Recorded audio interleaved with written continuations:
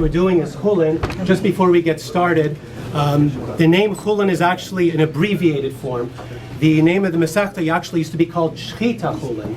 And the reason it used to be called Shchita Chulin was to distinguish between this Masechta, which is Chulin, compared to Zevachim. Because Zevachim was talking about the slaughter of animals for Kedoshim to be slaughtered in the Holy Temple for sacrifices. So actually over the years, they just changed the name of this Masechta to Chulin. So what is Chulin? Chulin is non-sacred food. So the animal would be not, when you slaughter the animal, it would not be sacred for a sacrifice in the Holy Temple. So what is exactly Shchita? Shchita consists of cutting through the majority of the windpipe and the esophagus. Now, you have to cut the majority of these two pipes. Now, the Gemara actually starts in the first Mishnah talking about 5 ways that can invalidate a Shchita, which would lead the animal to being a treifa. So the first one is actually pausing. So you have the knife and you're shechting the animal and you pause. You can pause. You have to do a continuous motion. Number 2, you cannot press the knife down. You actually have to cut it almost like a saw when you're actually cutting the animal. You cannot press the knife down. Number 3, you're not allowed to poke, like stabbing through to try to separate the windpipes. Number 4, you're not allowed to cut above or below the specific areas where you're supposed to shech the animal. And number 5, you're not allowed to tear the windpipe. So what do you mean by tearing is that the knife wasn't sharp. It would be like a little nick. So when you shech the animal, you'd actually be tearing it, making it a nevela. On page 27, just a quick side note, the word shecht, shin chet, means bend, and chet, the chet tes, means cleanse. So what does that mean? How do you get the word shecht? The animal is cleansed of its blood. And how do you cleanse an animal of its blood? When it bends. And where does it bend from? It bends from its throat. That's where you know that you're supposed to shecht in the throat, another part of the animal. I'm not going to get into all the details, but this Masechta is like a Wikipedia or old-fashioned encyclopedia of so many halachas that we learn in the laws of Basar B'chalav and Tairuvos and in the Shulchan Aruch of how to eat like a Jew. So it talks about the difference between a biblical and a meat, which is milk. You're not supposed to cook a young kid with its milk. So you're not supposed to cook milk and meat. That would be, for example, like a cow and its milk. However, rabbinically, the rabbis decree that you're supposed to include, like, for example, chicken and fowl, although it's not written in the Torah as a gezerah. So it talks about that. It talks about not enacting double gezerahs. It talks about why we wash our hands after we have dairy and then having meat.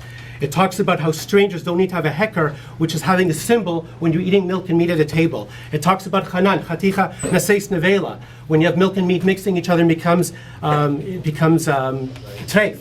Although Rabbi Caro says it's only with milk and meat, Rama says it's shari surim, which is like, for example, non-kosher lard mixing with milk. We're not going to get into the details tonight. And it talks about bitul v'shishim. So, for example, you have a big pot of chicken soup and a little bit of piece of pork falls in, and you have way more than 60 times the amount of the piece that fell in, it could be nullified. So this entire Gemara talks about all these things. So you would imagine, how does this Gemara end? You would expect fireworks, because milk and meat, for example, is the hallmark of Jewish people, and you know, when many non-Jewish people would know that we don't have cheeseburgers, or if you're in Quebec, you don't have your poutine with your chicken burger. So how does the Masechta end? I'll read it. It's almost anticlimactic. The Mishnah ends: a person may not take a mother bird while on her young, even to purify a mitzvah. That's it. That's the last Mishnah. So it's almost peculiar. We're talking about all these important laws, and we're ending with something so simple like that. And in fact, the Mishnah continues that if you actually observe this law, you're going to be blessed and you're going to have all these wonderful things. So it's almost crazy. Why would this Masechta end this way? So when you're trying to figure out this, thank God we have the Rebbe explaining this, and sort of guided me to the answer to understand why the Gemara would end this way. So on page 91, it talks about the sciatic nerve, and in Hebrew it's Gid Hanasha, if I pronounced it right. So what is the Gid Hanasha? It's a sinew. So anybody who took basic grade 8 or grade 9 biology, it's a tough, fibrous tissue that connects and unites muscles to their bones. Or it can connect a muscle to a tendon. So we have about 365 of them, at least in our body. So it talks about this sinew. So what's important about the sinew? In the Parsha of Vaishlach, Yaakov Avinu gets into a fight with Esav's angel. They fight the entire night.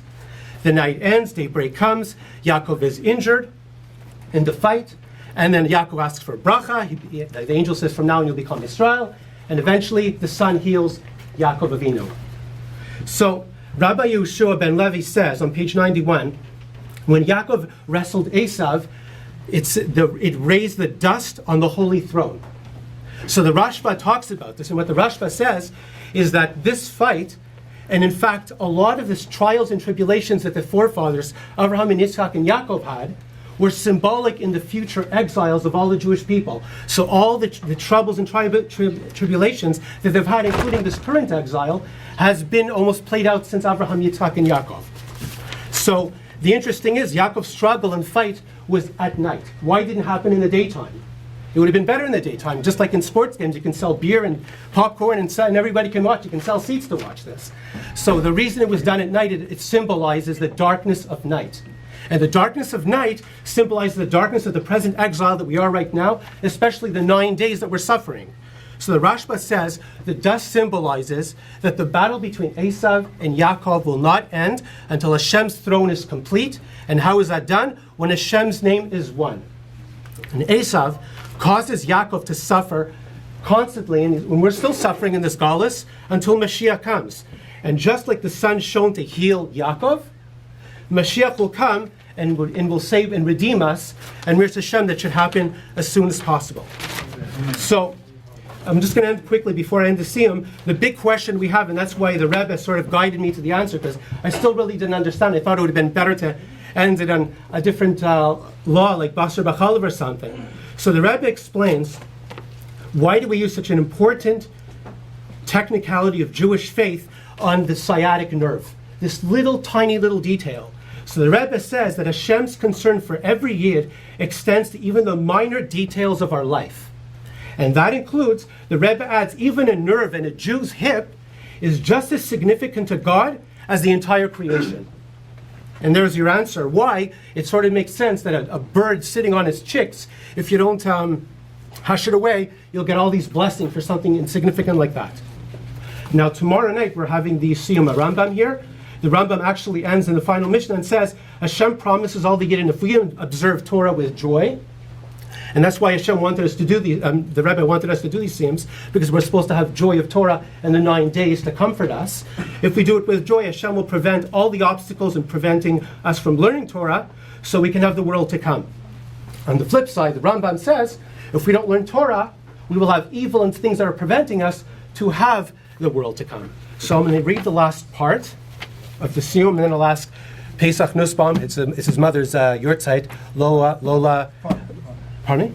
Father, sorry. Well, he'll say the name after it's the yurtzeit, so he'll say Kaddish. So I'll finish the last bit. There are those who say, Ki ahi maaseh chaza, Acher saw an incident similar to the one witnessed by Rabbi Yaakov. Therefore, upon Acher concluded that there is no reward for observing the mitzvahs, and rebelled against the Torah.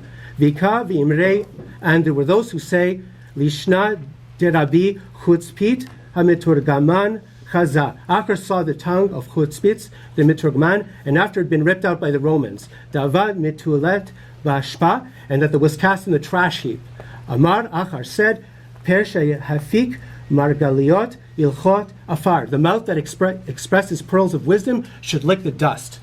He therefore proceeded to sin, v'hu la yada, but he did not know that, leman itev lach, the phrase that will be good for you, ba'olam kulo tov, refers to the life in a world that is entirely good, uleman yirichun yamecha, and the phrase so that your days will be prolonged, ba'olam shuklo aroch, refers to the world that is entirely long, hadran, alach, shiluach, haken, you will return to shiluach haken, uslika la masechet Xulin, and tractate Xulin is concluded. Say Kaddish, no? Pesach.